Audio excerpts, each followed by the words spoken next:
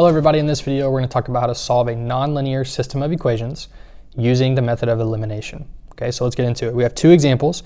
The first one that we're going to do says y equals x squared minus 3x minus 2, and the second one equation is y equals negative 3x minus 8. So if you notice on both of these, we are dealing with a nonlinear system, specifically an equation that is linear and an equation that is a quadratic. Okay, so since both of these equations are equal to y, they have the same y variable, the y coefficient, we can go ahead and just subtract these equations. So when I do that, I want to do that vertically and I want to align my like terms. So I'm going to say y equals x squared minus 3x minus 2. Y equals, now in my linear equation, I don't have an x squared term, so I can either leave that blank or I can put a 0 x squared in there if I want. I'll just go ahead and leave it blank.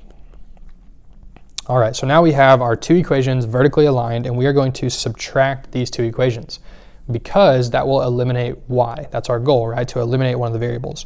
So y minus y is 0. X squared minus nothing is x squared. Negative 3x minus negative 3x. Well, that would be negative 3x plus 3x, so that's actually going to cancel out, right? And now we have negative 2 minus negative 8, or negative 2 plus 8. So this is going to give us positive 6. And now we can subtract 6 from both sides.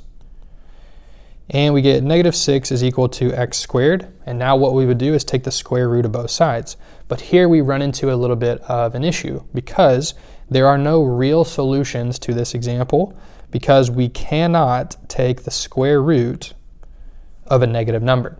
Okay? In Algebra 1, we know there are no real solutions to that. In Algebra 2, we introduce imaginary numbers, so we'll work more with that in a later course. So for right now, we're just going to say there are no real solutions to that system, which just means if we were to graph it, those two graphs, the parabola and the line, would not intersect. All right, number 2. Let's do the same thing. Let's vertically align them. So y equals x squared plus 2x minus 5, and y equals, and we're going to leave an open spot for the quadratic term, plus 2x minus 1, and we're going to subtract them. So y minus y is 0. X squared minus nothing is x squared. 2x minus 2x, that's also going to cancel out. And we have negative 5 minus negative 1. So negative 5 plus 1 would be minus 4. All right. Now look at what we have. On the right side, we have what's called the difference of two squares, right? So we could factor that as the sum and difference pattern, or you could just add 4 to both sides, take the square root. Okay, so I'll kind of show you both ways. We could add 4 to both sides. So we get 4 is equal to x squared. And when we take the square root, we get x is equal to positive or negative 2, right? Because we introduced the square root there, we must do positive and negative. So now, since we have that, we're going to say 2 comma and negative 2 comma. Those are our two x values to our solutions. And let's plug them back into our original, one of our original equations. And remember, the linear equation, as long as it has an x variable, is going to be the easier one to solve. So we'll say y equals 2 times 2 minus 1. So y equals 4 minus 1 and y equals 3. And we'll do y equals 2 times negative 2 minus 1. So y equals negative 4 minus 1 and y equals negative 5. Okay, so those are our two solutions. Now, let's go back to this step, and we said we could factor that.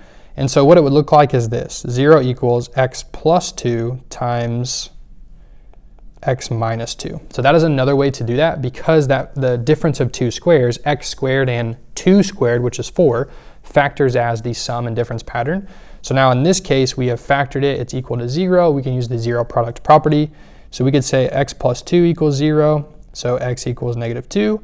And we could say x minus 2 equals 0. So x equals positive 2, right? So now this is the same thing that we got when we solved it by just adding 4 and taking the square root. So we did have some options there, and either one is fine, okay? So that's how you solve a system of nonlinear equations using elimination.